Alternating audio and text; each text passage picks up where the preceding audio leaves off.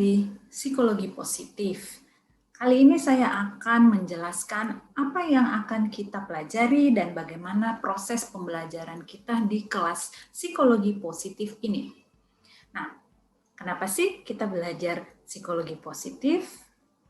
Psikologi positif itu penting untuk dipelajari karena dapat menuntun orang untuk menjalani kehidupan yang lebih baik, lebih bermakna, atau dapat diterjemahkan ke dalam strategi yang lebih baik untuk berkontribusi pada fungsi dia sebagai manusia atau fungsi dia sebagai seseorang, kelompok, dan institusi sehingga dapat berkembang atau optimal. Nah, apa yang kita pelajari di psikologi positif ini? Yang pertama, tentang sejarah dan dasar-dasar filosofis.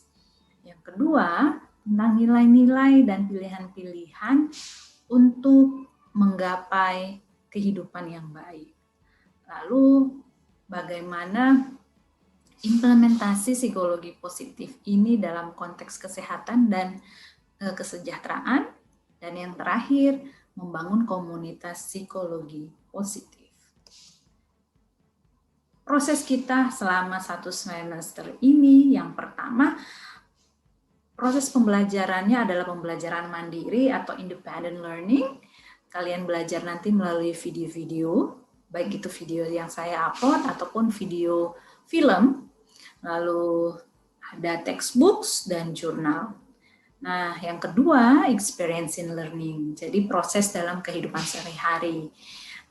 Ada live meetingnya kita, yang mana nanti kita berproses dengan menggunakan cara self-coaching. Jadi bagaimana materi-materi psikologi positif ini kita pelajari melalui self-coaching.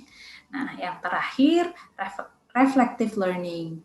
Bagaimana kalian menarik makna dan apa pembelajaran yang Anda peroleh selama proses membaca buku, terus review jurnal, menonton video atau film, juga selama proses self-coaching yang kita laksanakan.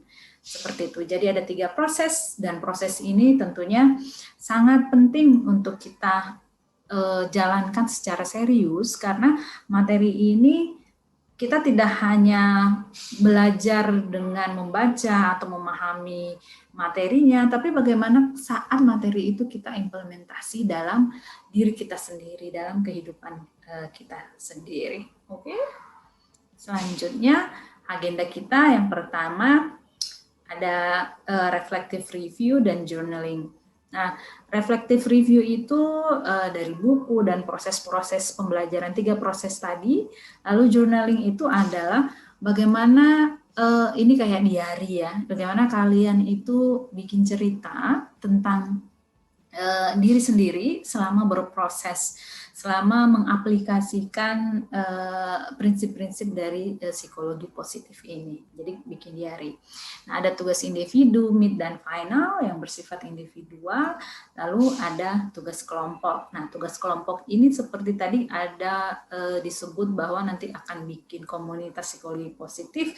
Nah, tugas kelompoknya itu akan membuat komunitas psikologi positif. So, ini adalah pemaparan saya, apa yang perlu kita pelajari selama psikologi positif dan prosesnya seperti apa. Kalau ada pertanyaan, silahkan kita ketemu lagi di grup WhatsApp. Nah, beberapa materi saya juga akan upload di Google Classroom. Tugas-tugas semuanya akan ada di Google Classroom, artinya di-upload di Google Classroom. Jadi, psikologi positif ini akan sangat menyenangkan untuk dipelajari, dan hidden agendanya adalah, atau agenda terselubungnya adalah membuat sebuah perubahan dalam diri kita masing-masing, baik saya maupun Anda. Oke, sampai ketemu lagi. Selamat siang. Assalamualaikum warahmatullahi wabarakatuh.